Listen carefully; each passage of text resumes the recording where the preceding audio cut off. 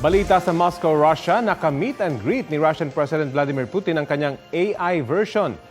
Likha ang artificial intelligence version ni Putin ng isang estudyante mula sa St. Petersburg State University. Nakilala ni Putin ang kanyang double na isang caller sa kanyang annual news conference. Pabiro siyang tinanong kung marami ba raw siyang double at ano sa tingin niya ang dalang panganib ng AI. Sagot naman dyan ni Putin, nag-iisa lang siya. Dating na may umiikot ang usap-usapang may body double ang Russian President dahil umano sa kanyang kalusugan. Itinanggi naman yan ng Kremlin.